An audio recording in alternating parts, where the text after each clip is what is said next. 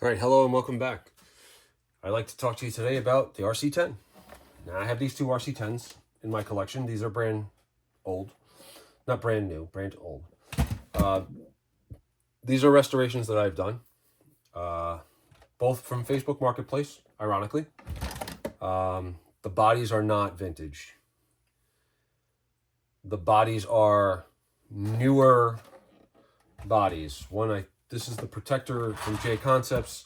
And this is the one that comes with the re-release, the 40th anniversary. And so the first one I picked up, being that this was one of the cars that I always wanted, but I never got, kind of like the Clodbuster. I mean, a lot of it was due to expense. The expense of the car was just, at the time for me, out. So I got this off Facebook Marketplace from a guy in Connecticut named Bruce. Great guy. I put it up. He had a Cadillac A-Stamp RC10. And he put a picture up of it, and the box, and the instruction manual, and some other spare parts to it as well. Manual speed control. And I sent him a message. Pickup only. Cash. I couldn't really resist it. So I lucked out. And I ended up being able to pick it up. The only thing he had was that the original owner had dyed the parts yellow.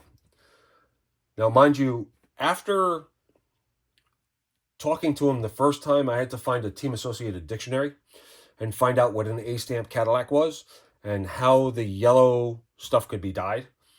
So I checked. There's a great forum called RC10talk.com. And I was able to get there and get some information while I was working out this deal with Bruce. I found out that Cadillac meant it was their Cadillac Avenue factory. And that's their second factory that they moved to after they closed up their Edinger Street or Edinger Avenue factory.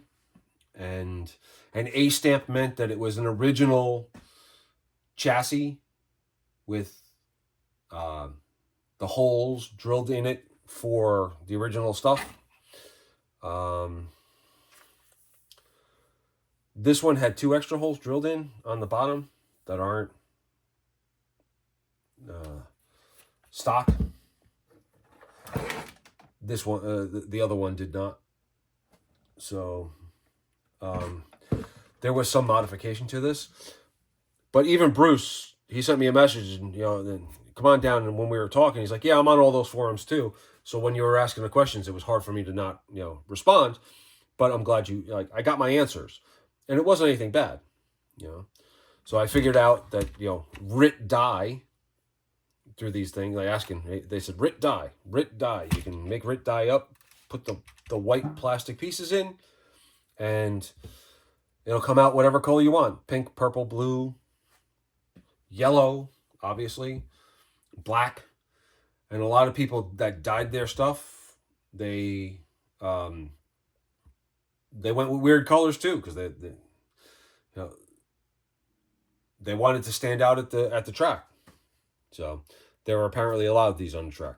Never being a racer, I don't know. I just RC Car Action magazine, watching them.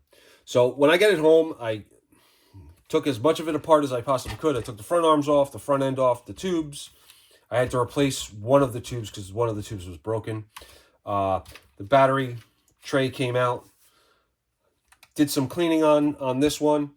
Took out the manual speed control, and I had a Novak speed control in one of my boxes. Actually, I had a couple of them. I still have a couple, like Rooster reversibles. I have a Rooster reversible that I got from a friend on RC10talk.com too. So I think I have 3 of those. Some Tekin ones. But so I was able to clean this up, get the tools that I needed to get the gearbox apart, pull that apart, clean the gears up, re-lube the gears, get it all back together. And it was easy to do with the instruction manual because Bruce had the box and the instruction manual with it. And I put it back together, and I ran this around for a little while, and I'm like, this is awesome. I have it hooked up to one of my Futaba Attack radios, the Attack R radio, and yeah.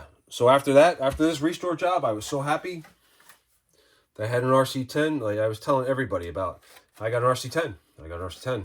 Like, like I just, everybody needed to know, and everybody got really tired of me telling them I had an RC10 because whatever.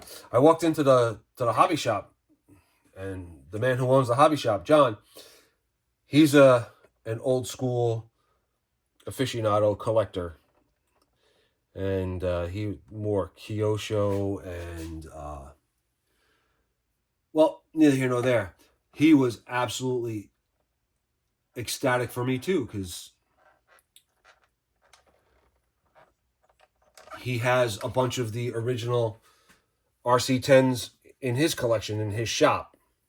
He's got the low C's, he's got Kyosho stuff, and whatever. He's got a museum, he calls it, which is a bunch of really cool. He's got shelves and racks, and they're displayed downstairs in his shop, and so he was really ecstatic. But even he's like, "Oh, dude, you have an RC10. I got 6 of them downstairs. Enough." So apparently I was driving him crazy too. But neither here nor there. So I go on vacation. We go down to Sarasota on Longboat Key and talking and whatever, and I'm having a drink on the balcony at night because it was later on. We put my daughter to sleep, and I come across this one on Facebook Marketplace. So I talk to this guy, and he's giving me a hard time about PayPal friends and family and goods and services. I wanted to pay goods and services because that gives me some sort of guarantee that if this shows up as a box full of, pine cones and rocks, that I can make a complaint and get my money back.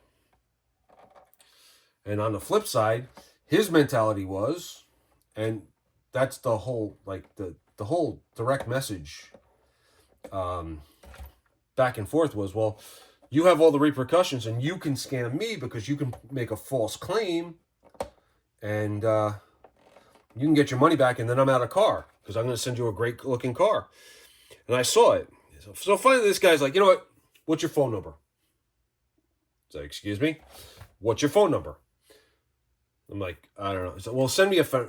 He sends me a friend request, and he's like, friend to me. So I friend him. And he starts looking through my page and this, that, the other thing. And I start looking through his while I'm sitting there having a drink on the balcony. And I'm like, all right, this guy's a real guy. He does live in New York. He's out, Western New York, over by where my son goes to school, went to school in Delhi. And I'm like, all right, fine. He looks over, he says, all right, now call me. So I excuse myself. I go outside on the balcony, and I was talking to this guy. And we came to a deal. He agrees to accept friends and family, goods and services, so that I have the guarantee, but he actually trusts me to realize that I'm not a scammer. So I paid more to cover the goods and services fees for him, and he sent me the car. And this is the beginning of my vacation. The end of my vacation, I get home, and what I have is an A-stamp RC10. I don't know if it's a Cadillac or an Edinger, but everybody seems to be telling me it's a Cadillac too because of the coloration on the chassis. And I pulled it apart, and I cleaned it up as best I could. There is servo tape residue here and servo tape residue there that is never coming off because we had good servo tape, not like this stuff that we have now. That servo tape is good for 1,000,000 years. But got it all clean, got it back together. Again, manual speed control that I pulled out. All right. I had another one of these sitting in my toolbox, my parts box, in the electronics section. Wire that up. My Futaba receiver, got a Futaba S148 servo because I had a bunch of those. Get it all together, lube up the gearbox, and I ran this thing outside. And I was like, now I have 2 RC10s. So now I'm doubly annoying. So I go in to the shop with this one, And I need a body because it didn't come with a body. Bodies were treated tough, right? They took a beating. And John looks at me. He's like, "Oh no." I'm like, "No, it's another one. I got another one. It's not the same one. It's another one. It's another one. All right, I need a body." So I get the body. And again, Brendan paint job. This one came out better than the other one, though. There's less runs in that one. I probably should have just gone with the black top. This be the camel yellow down here and just let the whole top be black, but I didn't. So as far as the cars go in my collection, this is one of my holy grails, like I said. The Clodbuster, the Frog,